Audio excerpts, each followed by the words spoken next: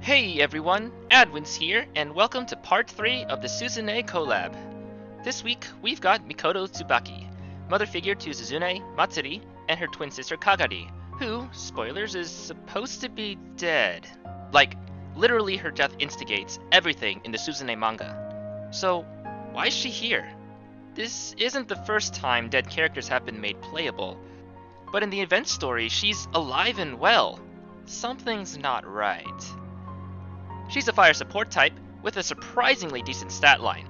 8k in both attack and defense is pretty bleh pre-spirit enhancement, but 11k in both of those post-SE is really good and falls more in line with a balance type. But being a support type means her MP gain is better, which is important for later.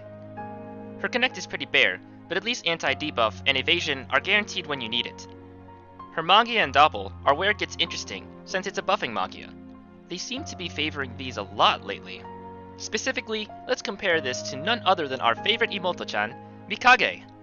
They literally both buff attack and damage, but Tsubaki does AoE damage, a decent trade-off with the recent single target buff, as they'd be relatively equal in power in different situations. But Tsubaki also tacks on guaranteed crits on herself. What's more, Tsubaki's Doppel adds flame attack up for some extra flair. Just by the fact that Tsubaki's Magia and Doppel have more significant effects than Mikage, kinda makes her the better of the two. Not even talking about elements, Tsubaki will just do more for the team because of her better stats and extra crits. Also take note of her active skill, which lowers defense by 30%, while Mikage only gives a comparable boost for dark units. She even has added utility on flame teams with her Doppel and her personal. However, she does have less consistent MP gain than Mikage, by virtue of not being a true AAA, and less significant Magi-related buffs. Does it stop her from being among the best support types in the game? Not at all. She can still be consistent enough, and she might actually work better on more generic teams instead of element-specific ones, and is a great asset if you want to build a fire team. She pairs really well with Tsuruferri, if you have one. Go watch my video on them for other potential teammates, and add Shizuka and Suzune to that list. Speaking of Suzune, all of the units from the first Suzune event are getting their SE. You can even get Arisa and all her slots from this shop if you miss her from the NA server.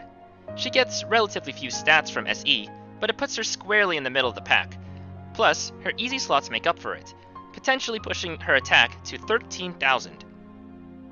Her spirit enhancement actually does a very good job of supporting her role as a damage dealer, having a blast up active and supporting charge with 4 different charge passives.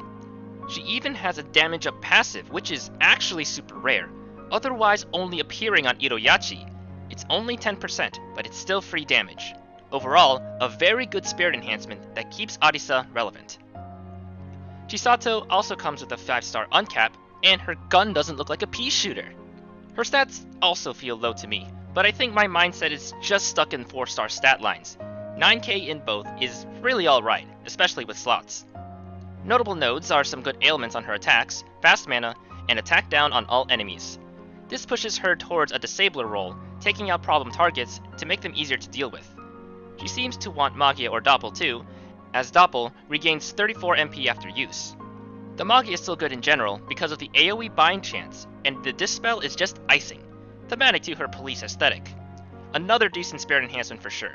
She was pretty before, but the addition of Dark and Bind on her attack elevates her to useful, and they at least help her focus on Magia more. Not nearly as exciting as Arisa's, in my opinion.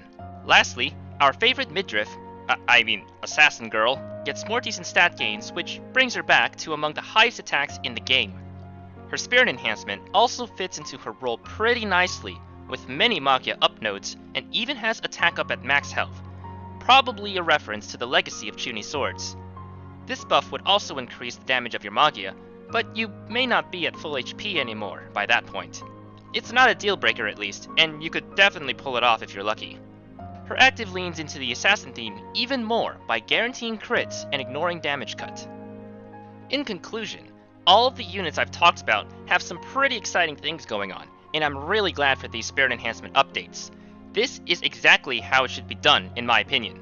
Establish a relevant role and make them effective at it.